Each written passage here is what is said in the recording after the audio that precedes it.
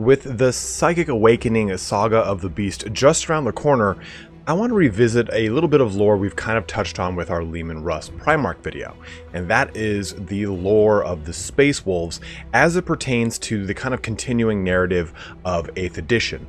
The last time we really saw the Space Wolves was during the Gathering Storm scenario, which ended the 7th edition of Warhammer 40k. So what I'm going to do here today is kind of go through very quickly on a high level some of the major events that have happened up to this point in the story, and will culminate with what's going on between Ragnar Blackmane and Ghazghkull. So this isn't going to be a deep dive on the lore. It's mainly going through the two lore posts that the Warhammer community made, and kind of extrapolating on those, so that you get a little bit more information than what they kind of talk about on a very high level. Mine goes a little bit deeper than that. So what we really want to talk about first is the big major portion of the Gathering Storm, the war zone Fenris, the siege of the Fenris system. And this isn't a very easy subject to talk about. It's not a very cut and dry one. It's not a black and white one, because this all really starts out at the very end of the 41st millennium. And it starts with the reemergence of the Space Wolves 13 company with the arrival of the Wolfen. Now the Wolfen, of course, kind of, they embody the physical manifestation of the flaws of the Khani's Helix, which is the gene seed for the Space Wolves. And as they start to crop up all around the galaxy, the Space Wolves get a kind of hint at what might have happened to the 13th Lost Company. The 13th Company, we did a whole video on them. I'll link it in the upper right corner. You can go check it out. But just as a kind of quick one-sentence summary, they pursued into the Eye of Terror the forces of chaos. They were charged thus by Leman Russ himself. So they've been on a multiple millennium-long crusade against chaos, and their whole organizational structure is really kind of degraded. And for the most part, they've all shifted over to becoming Wolfen, and they're not completely lost to the Wolfen curse. Instead, they can actually speak full high Azaheim. You know, they can actually converse with other Space Wolves quite well. So, with the return of the Wolfen, we get this reemergence of a fabled force for the Space Wolves, and the Space Wolves go across the galaxy to kind of reclaim their long lost brothers. And with this, though, comes some support rumors, or I guess what I want to call them, misgivings, the misleadings to the Dark Angels of what's going on. And within the Dark Angels court is a demon. Court is probably the easiest way to say it, because they're very, medieval and regal. Is a demon named the Changeling. And the Changeling is whispering into the Dark Angels' ears that, hey, these Space Wolf Wolfen represent a clear and direct threat and a sign of corruption and heresy within the Space Wolves. The Space Wolves, for a long time, for the last like 2 or 3 millennia, have really kind of been on that cusp between outright censure from the Inquisition and just kind of doing what they're doing best, which is trying to upstand all the virtues that Leman Russ kind of laid out for them. So what happens is you get the Dark Angels pursuing this sort of lead on what's going on with the Space Wolves. And each time they pursue a new lead, they find out more and more signs of corruption. Little do they know that the Changeling is actually the one pulling the strings. They go to one planet, I think the world is called Nereides, and when they get there, there's signs that a whole entire garrison of Dark Angels was butchered by what looks to be the Wolfen. This has been manipulated by agents of Tzeentch as well as the Changeling. The Changeling even morphing into one of the last surviving scouts, saying that, oh, it was the Wolfen that attacked us, the Wolfen did this. And so this kind of sparks this censure force against the Space Wolves, and the Dark Angels launch a kind of a mini crusade against the Sons of Russ, and they arrive around the planet of Fenris, in the Fenris system, trying to kind of discover what's going on here. You know, they bring a lot of not just simply the Dark Angels, the Iron Hands are involved, the Astra Militarum is involved, and you have all of these agents of the Imperium trying to get to the bottom of this supposed corruption in the Space Wolves. But at the same time, the Fenris system is just racked by all of this chaotic corruption. You've got members of the Alpha Legion spawning chaos warp gates all over the place, and you've got demonic incursions across the entire sector. One of the biggest ones happens at Midgardia, and this draws a lot of the Sons of Fenris back to, of course, the Fenris system. And on Midgardia, which is again a system within the Fenris system, I'm sorry, a planet within the Fenris system,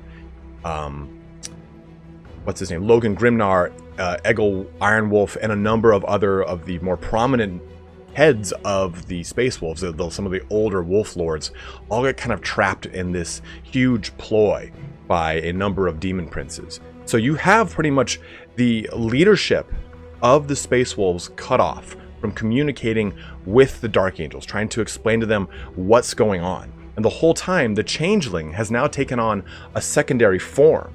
He is now the Vox Seneschal of the Dark Angels, and he is communicating all these false reports about what's going on and how the Space Wolves are opening fire on the Imperium, and they're destroying portions of the Imperium force outside or within the Fenris system. So you get something very interesting here. You get a very interesting parody to what happened at Prospero. You get a censure force that was sent in with the Space Wolves to Prospero during the Horus Heresy, meant to bring Magnus back to Terra to answer for his crimes, and what results is brother on brother fighting. And this is Magnus's grand plan. This is Tzeentch's grand plan, to sow so much chaos and confusion that the Dark Angels are the ones that destroy the Space Wolves. And you have to also remember that the Dark Angels and the Space Wolves do have a little bit of tension that has since kind of smoothed over the years, but originally there was a bit of a schism between the Dark Angels and the Space Wolves in Lionel Johnson and Lehman Russ. And this, like I said, has kind of quelled a little bit. They now fight alongside one another, and there are situations where they're all right with each other. But this kind of picks at that scab a little bit. So you have the Dark Angels being the ones that are kind of leading this crusade. And what eventually happens is Ragnar Blackmane comes back to the Fenris system with Grey Knights in tow. And that's huge, right? You've got like basically people who can say, well, you know what, let's all calm down here, Dark Angels. And the brother captain Arvin Stern is leading the Grey Knights that come to the Fenris system, but it's like a little too late at this point. Azrael, the supreme Grand Master of the Dark Angels, has already ordered an exterminatus on the planet of Midgardia. So it's really like all of these things going all at once. The Iron Hands chapter blow up Frostheim, a major keep on the planet of Morkai. So a lot of things are going wrong very fast. But when Arvin Stern and Ragnar Blackmane approach the Dark Angels, Arvin Stern is able to root out and discover that the Changeling has been on board the entire time. You get a dramatic shift immediately from being brother on brother action of the Imperium fighting the Imperium to now trying to defend against all these demonic incursions. And this is when Magnus the Red uses his grand opportunity to come forth into the world once more. He uses these crazy, awesome, like the art for this during Gathering Storm is beautiful, but he uses these silver towers, which are they're two-pronged representations. One, they represent the citadels and spires of Prospero that were kind of torn from Prospero by Magnus himself during the fall of Prospero. And they also represent portions of Tzeentch's Crystal Labyrinth itself. So it's kind of crazy how the Thousand Sons have so ingrained themselves into the ways and whims of Tzeentch, they've become part of the grand labyrinth that makes up his lair. So it's kind of an awesome little parallel there. But what eventually happens is the second siege of Fenris by Magnus, which results in the Dark Angels, the Space Wolves, all fighting against Magnus to reclaim the Fenris system. And eventually, yes, that does happen. And I know I'm kind of curtailing some of the more dramatic and huge details of this situation, but again, this is just me kind of trying to bring you guys up to speed. So after the secondary siege of Fenris, the kind of skeins of fate continue to weave, and the Fall of Cadia begins, right? With the 13th Black Crusade. And really, the Space Wolves say, okay, we're barely done licking our wounds from that siege. Let's jump over to Cadia. This is our charge. We're here to help out. And they are the only force to be deployed to both the 3rd War for Armageddon and the 13th Black Crusade. So they go immediately with almost all the great companies. I think it's all 12 of the great companies go to Cadia to go and relieve Cadia and help them out.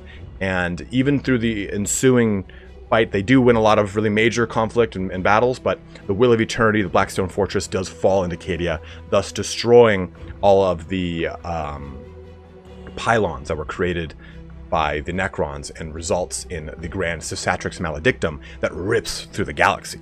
So now you have a chapter that is severely depleted after both the Siege and the 13th Black Crusade. And with this comes Reboot Gilliman. He comes back now, he's awoken, he's feeling a little good about himself, he's now the Lord Commander of the Imperium, and he brings the gift of the Primaris to the Space Wolves. And with this, the Space Wolves are, again, they're very xenophobic, right? They don't really trust anything that's not of Fenris or from Fenris. So initially they're very kind of, we don't really like these Primaris guys. But Magnus once again comes back into the situation, and an Imperial force of Space Wolves, Dark Angels, and Iron Hands, and Asher Militarum, so the same force that fought them last time, go to help out in that I guess you could say tertiary invasion by Magnus the Red. And this is when that Fenrisian culture, that ingrained passion of Leman Russ, starts to come out in the gene seed of the Primaris, and they build a lot of trust with the other Space Wolves, and they kind of fall into the fore. Now, that's pretty much what happens at the end of Dark Imperium and the kind of rise of what's about to happen now with Saga of the Beast. So where does that leave the Space Wolves? Where does that leave G.Skills and Ragnar Blackmane?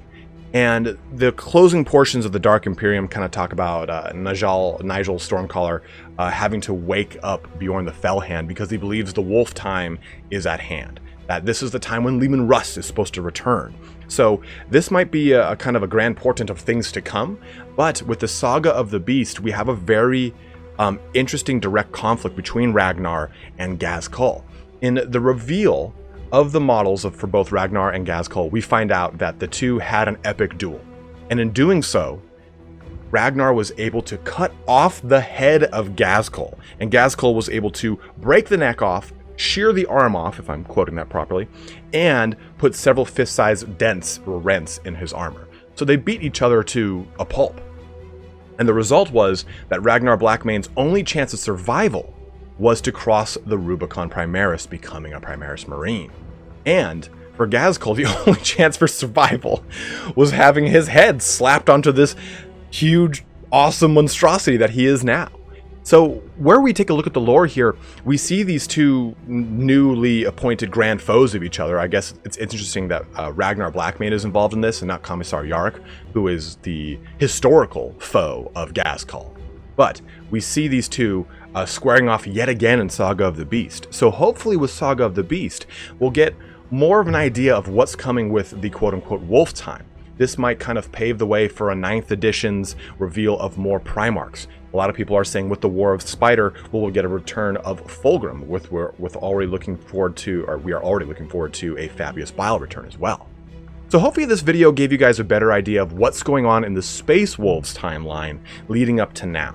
It's a little bit more convoluted because a lot of their timeline or their lore right now is spread across a lot of different things.